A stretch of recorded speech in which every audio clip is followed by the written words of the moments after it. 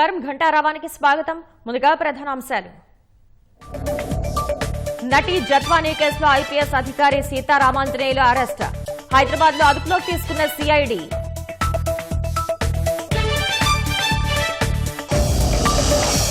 నేడు కోర్టులో రాజకేశరెడ్డిని హాజరుపరచనున్న పోలీసులు. విదేశాలకు పారిపోయేందుకు యత్నిస్తుండగా నిన్న పట్టివేత.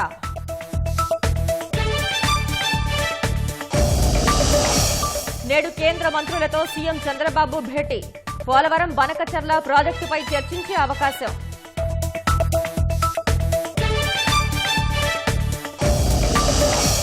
డ్రైవర్ సుబ్రహ్మణ్యం హత్య కేసు పునర్విచారణ. దర్యాప్తు చేసి 60 రోజుల్లో ఛార్జ్షీట్ దాఖలుకు ఎస్పీ ఆదేశం.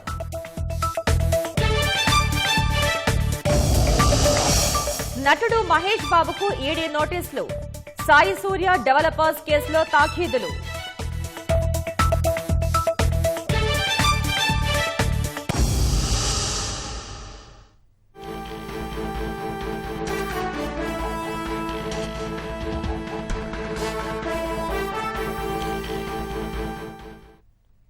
సీనియర్ ఐపీఎస్ అధికారి సీతారామాంజనేయుల్ని సిఐడి అధికారులు హైదరాబాద్ లో అరెస్ట్ చేశారు. జగన్ హయాంలో ఇంటెలిజెన్స్ చీఫ్ గా పనిచేసిన సీతారామాంజనేయులు ముంబై నటి వేధింపుల కేసులో తీవ్ర ఆరోపణలు ఎదుర్కొంటున్నారు. హైదరాబాద్ లో సీతారామాంజనేయుల్ని అరెస్ట్ చేసిన ఏపీ సిఐడి అధికారులు విజయవాడకు తరలిస్తున్నారు.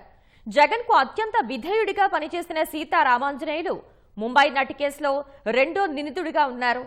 ఈ కేసులో ఇప్పటికే 3 ఐపీఎస్ అధికారుల్ని సస్పెన్షన్ చేశారు.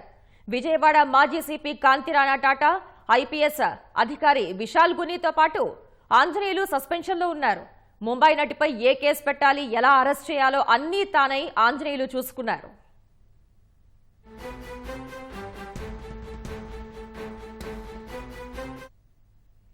ఇక ఇదే అంశానికి సంబంధించిన మరింత సమాచారాన్ని మా ప్రతినిధి జయప్రకాష్ అడిగి తెలుసుకుందాం. జయప్రకాష్, సీతారామాంజనేయుల అరెస్ట్ గల కారణాలేంటి? ఆయన మీద ఆరోపణలేంటి? శ్వేత, ఈ రోజు హైదరాబాద్ లో ముంబై నటి జత్వానీ కేసులో సీనియర్ ఐపీఎస్ అధికారి పిఎస్ఆర్ ఆంజనేయుల్ని పోలీసులు అరెస్ట్ చేశారు. ఇందులో ఆయన మీద ఉన్న ఆరోపణలు ప్రధానంగా ముంబై నటి పైన గతంలో ఒక కేసు నమోదు చేశారు. విద్యాసాగర్ అనే ఒక వైసీపీలో ఉన్నటువంటి విద్యాసాగర్ ఒక వ్యాపారవేత్త. ఆయన ల్యాండ్ ని అక్రమంగా రిజిస్ట్రేషన్ చేసి విక్రయించుకునేందుకు ప్రయత్నించారా అనే ఆరోపణలతోటి ముంబై నటి మీద గతంలో ఇబ్రహీంపట్నం పోలీసులు కేసు నమోదు చేయటం, ఆమె తల్లిదండ్రుల్ని అరెస్ట్ చేయటం, ఆమె తమ్ముడి మీద కూడా కేసు నమోదు చేయటం జరిగింది. ఆ కేసులో అరెస్ట్ చేసిన తరువాత ముంబై నటి గతంలో ముంబైలో ఒక కేసు నమోదు ఫిర్యాదు చేశారు. ఆ కేసును ఉపసంహరించుకోవాలని భయపెట్టడము ఇవన్నీ చేసిన తరువాతే ఆమెకు బెయిల్ వచ్చే విధంగా చేశారని, ఈ కేసుని ఎక్కడైతే అసలు ఈ రిజిస్ట్రేషన్ కి సంబంధించిన విషయం తనకు తెలియదు, ఆ డాక్యుమెంట్స్ కూడా వాళ్లే తయారు చేసి పంపించారు, వాళ్ళు వచ్చిన తర్వాత బ్యాగ్ లో పెట్టి నా పైన ఆరోపణలు చేశారు అని ముంబై నటి ఫిర్యాదులో పేర్కొంది. ఈ కూటమి ప్రభుత్వం వచ్చిన తర్వాత ఈ కేసు ఇవ్వటము, దాని తర్వాత ఇదంతా ఏ విధంగా జరిగింది అనే పూర్తి విషయాలన్నింటినీ ఇక్కడ ముంబై నటి తన ఫిర్యాదులో పేర్కొంది. ఆ ఫిర్యాదులో ప్రాథమికంగా దర్యాప్తు చేసిన తర్వాత అధికారులు దానిపైన కేసు, ఆ ఫిర్యాదు పైన కేసు నమోదు చేయటము, ఆ తర్వాత అందులో సీనియర్ ఐపీఎస్ అధికారి పిఎస్ఆర్ ఆంజనేయులతో పాటు అప్పుడు సిపిగా పనిచేసినటువంటి కాంతిరాణా, అదేవిధంగా డీసీపీగా పనిచేసిన విశాల్ గుండి, మరొక వైపు ఏసీపీగా పనిచేసిన హనుమంతరావు, ఇంకొక వైపు అప్పుడు ఇబ్రహీంపట్నం సిఐగా పనిచేసిన సత్యనారాయణ, వీళ్ళందరినీ అందులో నిందితులుగా చేరుస్తూ ఒక కేసుని నమోదు చేశారు. ఈ కేసు నమోదు చేసిన తరువాత కీలక నిందితుడిగా ఉన్నటువంటి ఏవన్గా ఉన్నటువంటి కుక్కల విద్యాసాగర్ ని అప్పుడు అధికారులు, సిఐడి అధికారులు అరెస్ట్ చేసి పోలీసులు అరెస్ట్ చేశారు. మొదట పోలీసులే ఈ కేసుని నమోదు చేసి విచారణ చేసిన తర్వాత సిఐడికి ఇచ్చారు. ఇప్పుడు ఆ కేసు రెండో వ్యక్తిగా ఉన్నటువంటి పిఎస్ఆర్ ఆంజనేయులు అరెస్ట్ చేశారు. ఇందులో దీనికి ప్రధానంగా కేసు నమోదు అయిన తరువాత వెంటనే ఐపీఎస్ ఈ కేసులో ఉన్నటువంటి పోలీస్ అధికారులు అంతా పిఎస్ఆర్ ఆంజనేయులు మినహా మిగతా వాళ్ళంతా హైకోర్టుని ఆశ్రయించారు. ముందస్తు బెయిల్ కోసం దరఖాస్తు చేసుకున్నారు. కొంతకాలం విచారణ జరిగింది. ముందస్తు బెయిల్ మంజూరైంది. అయితే ఈ పిఎస్ఆర్ ఆంజనేయులు మాత్రం ఎటువంటి పిటిషన్ దాఖలు చేయటం కానీ రక్షణ కోరటం కానీ జరగలేదు. ఈ నేపథ్యంలోనే ఇంకా ఈ కేసులో లోతుగా దర్యాప్తు చేసినటువంటి సిఐడి ఆయన్ను అరెస్ట్ చేశారు. అసలు ప్రధానంగా చూసుకున్నట్లయితే అసలు ముంబైలో సినీ నటి పైన కేసు నమోదు చేయటము, అదే విధంగా అసలు ఏ విధంగా కేసు నమోదు చేయాలి, ఏ సెక్షన్లు పెట్టాలి, ఎలాగా ప్లాన్ చేయాలి, ఎప్పుడు తీసుకురావాలి, అదే విధంగా తీసుకొచ్చిన తర్వాత ఏ విధంగా చేయాలా అనే దాంతో పాటుగా బెయిల్ వచ్చే విషయంలో కూడా ఆమెను బెదిరించారు. దాని వెనకాల మొత్తం అసలు ఈ ఎపిసోడ్ కి మొత్తం పథకం రచించి ఏ విధంగా చేయాలి అనేటువంటి అప్పుడు సిపిగా ఉన్నటువంటి కాంతి రాణాకు డీసీపీలకు ఆదేశాలు ఇచ్చారనే ఆరోపణలు ఉన్నాయి. ఇటు ఐపీఎస్ అధికారి విశాల్ గున్ని రిటర్న్ గా ఇచ్చిన స్టేట్మెంట్ లో కూడా కొన్ని వివరాలు ఉన్నాయి. ఈ ఉన్నతాధికారుల ఆదేశాల మేరకు మాత్రమే మేము పనిచేసాము, వాళ్ళు ఇచ్చినటువంటి ఆదేశాల మేరకు మాత్రమే కేసు నమోదు చేసి ఆ కేసుకు సంబంధించి మేము అక్కడికి వెళ్ళామనేటువంటిది తెలిపారు. దీంట్లో అసలు ఈ ఒక్క విషయం అనే కాదు, గతంలో వైసీపీ హయాంలో జరిగినటువంటి కీలకమైన కేసుల్లో ఏ విధంగా వ్యవహరించాలి, పోలీసులు ఏ విధంగా చేయాలి, ఇంటెలిజెన్స్ కి సంబంధించినటువంటి అధికారి కేవలం మొత్తం శాంతి భద్రత ఎలా ఉన్నాయి ఏంటి అనే సిచ్యువేషన్లు చూసి నేరుగా ఉన్నత స్థాయి ప్రభుత్వానికి రిపోర్ట్ చేయటం వాళ్ళతోటి చేస్తూ ఉంటారు. పోలీసులు విధుల్లో నేరుగా జోక్యం అయితే ఖచ్చితంగా ఇప్పటి వరకు జరిపిన వాళ్ళల్లో చాలా మంది ఎవరు నేరుగా జోక్యం చేసుకోరు. కానీ పిఎస్ఆర్ ఆంజనేయులు నేరుగా జిల్లా ఎస్పీలకు అదేవిధంగా కొంతమంది పోలీస్ అధికారులకు ఫోన్లు చేసి ఏ విధంగా వ్యవహరించాలి, ఎట్లా చేయాలి అనేటువంటి విషయాలు వాళ్ళకి సూచించినట్లు చాలా సార్లు ఆయన పైన ఆరోపణలు వచ్చాయి.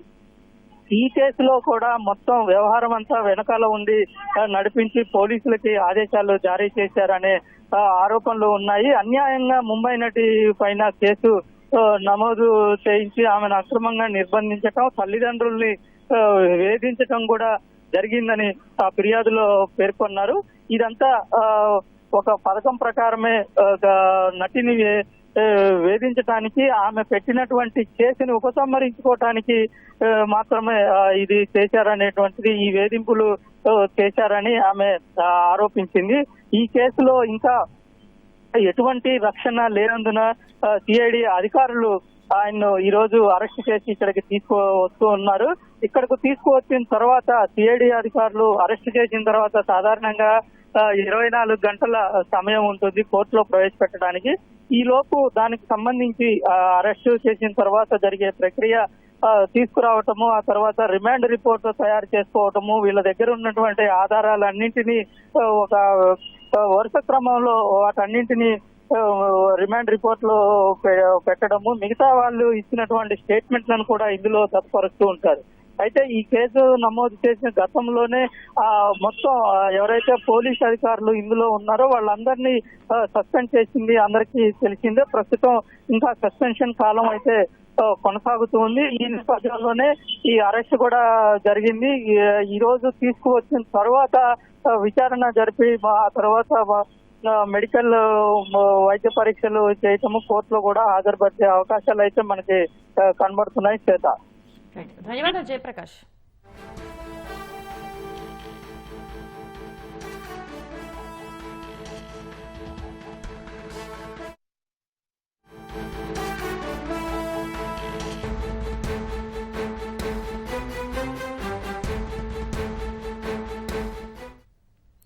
ఐపీఎస్ అధికారి ఏపీ ఇంటెలిజెన్స్ మాజీ చీఫ్ పిఎస్ఆర్ ఆంజనేయులు అరెస్ట్ అయ్యారు. ముంబై నటి జత్వానీకి వేధింపుల కేసులో ఏపీసీఐడీ అధికారులు ఆయన్ని హైదరాబాద్ లో అరెస్ట్ చేసి విజయవాడ తరలిస్తున్నారు. ఇక ఈ కేసుకు సంబంధించిన మరిన్ని వివరాలను మా ప్రతినిధి కృష్ణ అడిగి తెలుసుకుందాం. కృష్ణ, సీతారామాంజనేయుల మీదున్న ప్రధాన ఆరోపణలేంటి? శ్వేత, ఏదైతే ముంబై నటి జత్వానీపై నమోదైన అక్రమ కేసుకు సంబంధించి సీనియర్ ఐపీఎస్ అధికారి పిఎస్ఆర్ ఆంజనేయులను సిఐడి పోలీసులు హైదరాబాద్ లో కొద్దిసేపటి క్రితం అరెస్ట్ చేశారు. ఆయన్ని ప్రస్తుతం ఏపీకి తరలిస్తున్నారు. ఏదైతే జగన్ ప్రభుత్వ హయాంలో పిఎస్ఆర్ ఆంజనేయులు ఇంటెలిజెన్స్ చీఫ్ గా పనిచేశారు. జత్వానీ కేసులో ఇప్పటికే 3 ఐపీఎస్ అధికారులు సస్పెన్షన్ లో ఉన్నారు. వారిలో పిఎస్ఆర్ ఆంజనేయులు ఒకరు. అప్పుడు ఇంటెలిజెన్స్ మాజీ డీజీగా చేసిన పిఎస్ఆర్ ఆంజనేయులతో పాటు విజయవాడ పోలీస్ కమిషనర్ గా నాడు గతంలో చేసిన సిపి కాంతి రాణా టాటా, అలాగే మరో ఐపీఎస్ అధికారి విశాల గిన్నెలను కూడా ప్రభుత్వం సస్పెండ్ చేస్తుంది. జత్వానీపై అక్రమ కేసు నమోదులో సీతారామాంజనేయులు అన్ని తానే వ్యవహరించారని చెప్పి ఆయనపై ప్రధాన ఆరోపణలు ఉన్నాయి. ఏదైతే వైసీపీ ముఖ్య నేత చెప్పగానే ఆయన రంగంలోకి దిగి పిఎస్ఆర్ ఆంజనేయులు కాదంబరిపై ఏ కేసు పెట్టాలి, ఆమెను ఎలా అరెస్ట్ చేయాలి, అలాగే ఎవరెవరిని ఇందులో భాగస్వామ్యం చేయాలి అన్ని తానే చూసుకున్నట్లుగా ఆయనపై ప్రధానంగా ఆరోపణలు ఉన్నాయి. తప్పుడు కేసులో తనతో పాటు తన తల్లిదండ్రులను కూడా జైలు పాలు చేసి వేధించారని చెప్పి కూటమి ప్రభుత్వం ఏర్పడ్డాక జత్వానీ ఫిర్యాదు చేయడంతో ఈ కేసు అనేది సంచలనంగా మారింది. తనపై వైసీపీ నేత కుక్కల విద్యాసాగర్ తప్పుడు కేసు పెట్టించి తమను ఏ రకంగా వేధించారని చెప్పి నటి బయటకు వచ్చి బహిరంగంగా చెప్పడంతో పాటు ఫిర్యాదు చేయడం కూడా కేసులో కీలకమని చెప్పాలి. ఆ తర్వాత ఆమె ఇచ్చిన ఫిర్యాదు ఆధారంగా దర్యాప్తు చేసిన పోలీసులు 3 ఐపీఎస్ అధికారులు కూడా సస్పెండ్ చేసి అందులో భాగస్వాములైన వారందరిపైన కేసులు నమోదు చేశారు. ప్రధానంగా చూస్తే విజయవాడ కమిషనరేట్ పరిధిలో ఏదో ఒక కేసు పెట్టాలని చెప్పి నాడు జగన్ ప్రభుత్వంలో వైసీపీ ముఖ్య నేత నుంచి వచ్చిన మౌఖిక ఆదేశాలను వెంటనే అమలు చేయాలని చెప్పి పిఎస్ఆర్ ఆంజనేయులు నిర్ణయించారు. దీనికి అనుగుణంగా ఎలాగైనా సరే కాదంబరి జత్వానీని అరెస్ట్ చేయాలని నిర్ణయానికి వచ్చారు. ఇందులో భాగంగా ఒక వైసీపీ చెందిన కుక్కల విద్యాసాగర్ పిలిపించి అతనితో ఒక జత్వానీకి వ్యతిరేకంగా ఒక ఫిర్యాదు ఇప్పించారని తెలుస్తోంది. దీనికి సంబంధించి తన ఆస్తిని జత్వానీ తప్పుడు ఒప్పంద పత్రాలు సృష్టించి ఇతరులకు విక్రయించినట్లుగా నాడు ఇబ్రహీంపట్నం పోలీస్ స్టేషన్ లో విద్యాసాగర్ ఒక ఫిర్యాదు చేయగా పోలీసులు దీనికి సంబంధించి కేసు పెట్టారు. దీంతో ఈ కేసు ఆధారంగానే ఆమెను అరెస్ట్ చేయాలనే నిర్ణయానికి వచ్చారు. అయితే చిన్న తప్పు చేసి ఇక్కడ పోలీసులు దొరికిపోయారు. ఏదైతే ఫిర్యాదు నమోదు చేయడానికి ముందే జత్వానీని అరెస్ట్ చేయడానికి ముంబై టికెట్ బుక్ చేయడంతో పోలీసులు ఇక్కడ అడ్డంగా ఐపీఎస్ అధికారులు కాంతిరాణా టాటా కానీ విశాలగుని కానీ ఇక్కడ అడ్డంగా దొరికిపోయారు. దీనికి సంబంధించి తర్వాత జత్వానీ పెట్టిన కేసు దర్యాప్తులో భాగంగా ఈ వివరాలన్నీ వెలుగులోకి వచ్చాయి. ముందుగానే ముంబై వెళ్లటం, అక్కడ జత్వానీతో పాటు ఆమె తల్లిదండ్రులను కూడా అరెస్ట్ చేయటం, అలాగే రిమాండ్ కి పంపటం వరకు కూడా కాంతిరాణా టాటా అలాగే విశాలగుని నేరుగా పర్యవేక్షించారు. జత్వానీ పేరిట ముంబైలో స్టాంప్ పేపర్ కొనుగోలు చేసి 2018లో రాసినట్లుగా ఒక తప్పుడు పత్రాలు సృష్టించినట్లుగా కూడా ప్రధాన ఆరోపణలు ఉన్నాయి. ఇందులో వైసీపీకి చెందిన ఓ న్యాయవాది కూడా కీలకంగా వ్యవహరించారని ఆరోపణలు ఉన్నాయి. మొత్తం ఈ కేసు దర్యాప్తులో భాగంగా కొంతకాలంగా ఈ కేసు గురించి పట్టించుకోవట్లేదు అనేది విమర్శలు వెల్లువెత్తుతున్న సమయంలో ఇవాళ పిఎస్ఆర్ ఆంజనేయుల అరెస్ట్ అనేది ఒక కీలక పరిణామం అని చెప్పాల్సి. ధన్యవాదాలు కృష్ణ.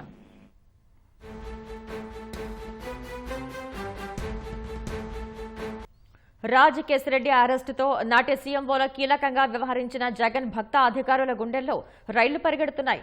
మద్యం వ్యవహారానికి సంబంధించి ప్రైవేట్ వ్యక్తుల నివాసాల్లో జరిగిన అనేక సమావేశాల్లో వారు ప్రత్యక్షంగా పాల్గొన్నట్లు సిట్ గుర్తించింది. మద్యం కుంభకోణంలో కీలక సూత్రధారి రాజ్ కేసిరెడ్డి అరెస్టుతో జగన్ హయాంలో పెత్తనం చెలాయించిన మాజీ అధికారుల్లో ఆందోళన వ్యక్తమవుతోంది.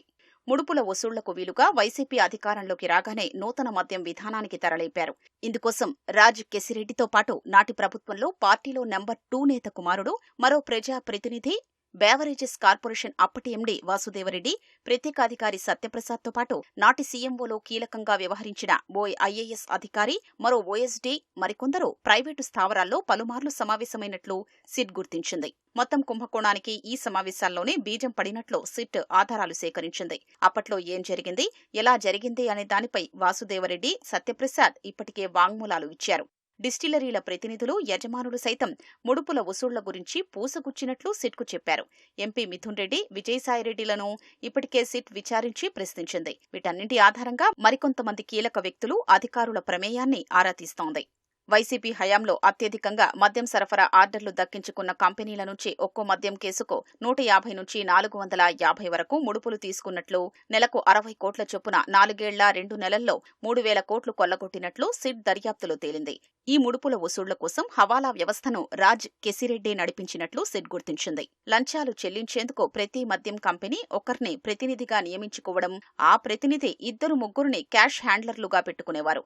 ఈ క్యాష్ హ్యాండ్లర్లు రాజ్ కెసిరెడ్డి నియమించిన కొరియర్లకు సొత్తు అప్పగించేవారు. క్యాష్ కొరియర్లు తీసుకున్న సొత్తంతా ఒకచోటకు చేర్చేందుకు కీలక వ్యక్తిని ఆర్గనైజర్గా పెట్టుకున్నారు. ఆ ఆర్గనైజర్ సొమ్మంతా రాజ్ కెసిరెడ్డికే చేర్చేవారు. రాజ్ కెసిరెడ్డి నుంచి ఈ సొమ్ము వైసీపీలో జగన్ మంత్రివర్గంలో నెంబర్ 2గా చక్రం తిప్పిన పెద్దనేత కుమారుడికి వెళ్లేది. ఆయన ఆ నల్లధనాన్ని వివిధ రూపాల్లో మార్చి బిగ్ బాస్ కు చేర్చేవారని సిట్ దర్యాప్తులో గుర్తించింది.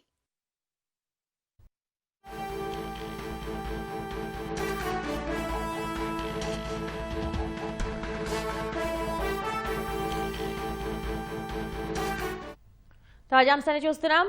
సాయి సూర్య డెవలపర్స్ సురానా ప్రాజెక్ట్స్ పై నమోదైన కేసు దర్యాప్తులో భాగంగా నటుడు మహేష్ బాబుకు ఈడీ నోటీసులు ఇచ్చారు. ఈ నెల 28న విచారణకు హాజరు కావాలని పేర్కొన్నారు. దీనికి సంబంధించిన మరిన్ని వివరాలను మా ప్రతినిధి నాగార్జున అడిగి తెలుసుకుందాం. నాగార్జున, మహేష్ బాబుకు ఈడీ నోటీసులు ఇవ్వడానికి గల కారణం ఏంటి?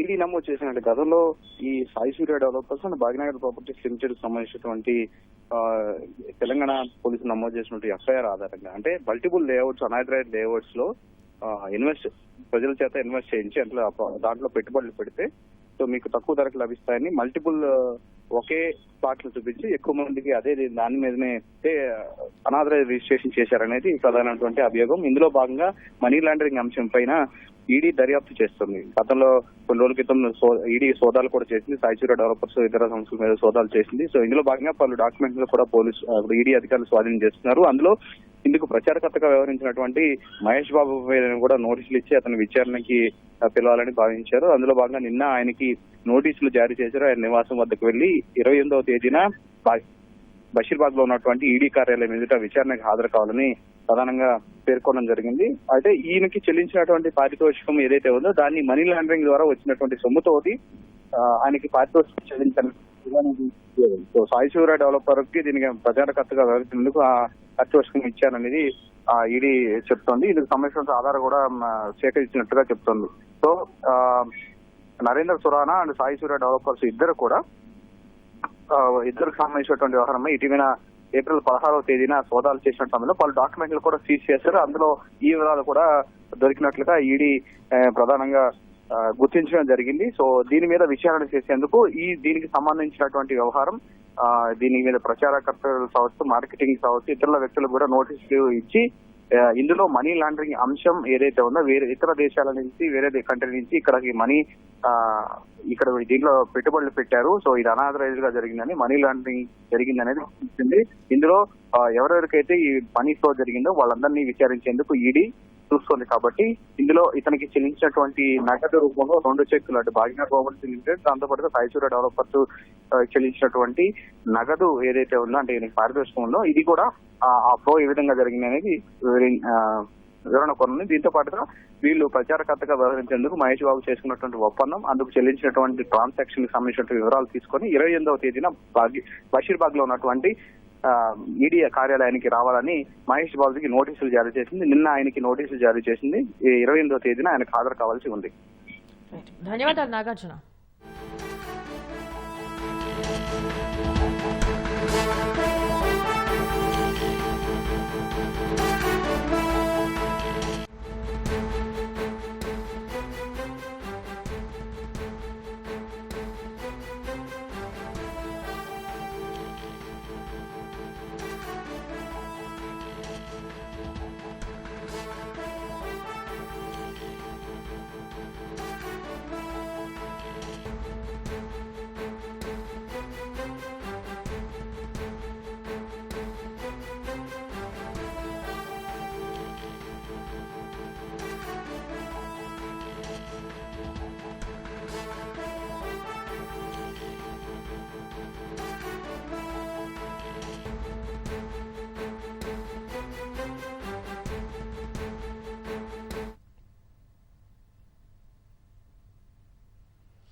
డ్రైవర్ సుబ్రహ్మణ్యం హత్య కేసు పునర్విచారణకు కాకినాడ ఎస్పీ ఆదేశించారు. దీనికి సంబంధించిన మరిన్ని వివరాలను మా ప్రతినిధి సాయికృష్ణ అడిగి తెలుసుకుందాం. సాయికృష్ణ, డ్రైవర్ సుబ్రహ్మణ్యం హత్య కేసు పునర్విచారణకు గల కారణం ఏంటి?